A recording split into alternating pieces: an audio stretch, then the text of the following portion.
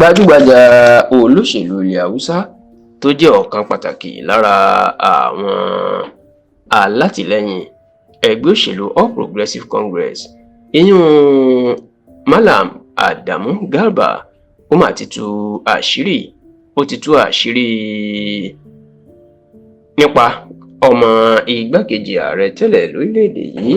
Alhaji Atiku Abubakar tí ó tún jẹ́ olùdíje fún ipò ààrẹ lábẹ́ ẹgbẹ́ òṣèlú People's Democratic Party PDP lásìkò ètò ìdìbò ààrẹ ọdún 2019 àtọdún 2023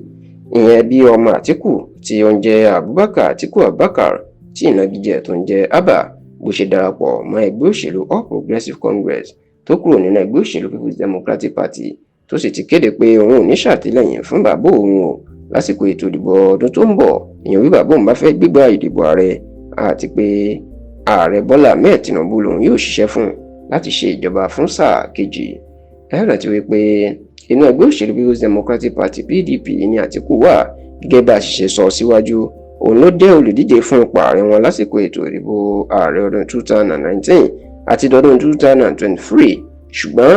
lọ́dún tó kọjá bóyá ṣe kù díẹ̀ kọ́dún tó kọjá kò parí ilé Alhaji Atiku Abubakar tó kéde ìpín òun ti fẹ́ ẹgbẹ́ òṣèlú PDP sílẹ̀ nítorí pé nítorí ṣe kò bá òfin mu kò sì bá òfin àwọn baba ńlá àwọn tó dá ẹgbẹ́ òṣèlú PDP tó dá sílẹ̀ kò bá òfin wọn mu. eléyìí ló jẹ́ kí Alhaji Atiku Abubakar ó padà lọ darapọ̀ mọ́ ẹgbẹ́ òṣèlú African Democratic Congress ADC èyí tí òun àti àwọn adarí ẹgbẹ́ òṣèlú alátakò míì tí wọ́n ti jọ panupọ̀ láti fi gba ìjọba kúrò lọ́wọ́ Tinubu lọ́dún 2027 ṣáà lọ́jọ́bọ̀ tí í ṣe Thursday ọ̀sẹ̀ tá a wà nínú èyí èyí tí í ṣe ọjọ́ kẹẹ̀ẹ́dógún ní oṣù kìíní ọdún 2026 the 15th of January 2026 ó ní ọ̀rọ̀ máa bẹ́yìn yọ nígbà tí ọmọ Atiku ìyẹn Atiku Abubakar Atiku tí wọ́n ń pè ní Abba tó kéde ipò òun ti kúrò nínú ẹgbẹ́ òṣèlú PDP dípò kó sì lọ sínú ẹgbẹ́ òṣèlú ADC tí bàbá ẹ̀ lọ níṣe ni ó mà lọ darapọ̀ mọ́ ẹgbẹ́ òṣèlú APC.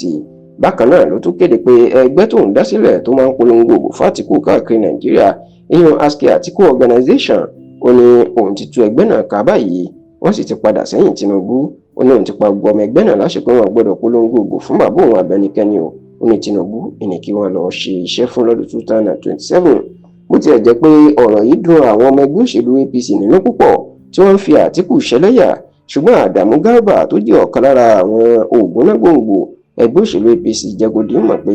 kí inú àwọn ọmọ ẹgbẹ́ òṣèlú APC má ṣe dùn jù ó ló yẹ káwọn fura ni ó ní ẹni tí ó bá lè dalẹ̀ bàbá ẹ̀ tó padà lẹ́yìn bàbá ẹ̀ lásìkò tó nílẹ̀ jù ó ló yẹ kó mọ̀ pé kò sẹ́ni tí ò lè padà dá ẹ̀ lọ́jọ́ iwájú àti pé kò sẹ́ni tí ò lè kúrò lẹ́yìn ẹ̀ ní ọjọ́ iwájú tó sì ní ọ̀rọ̀ náà ó gba ìfurasí gidigidi.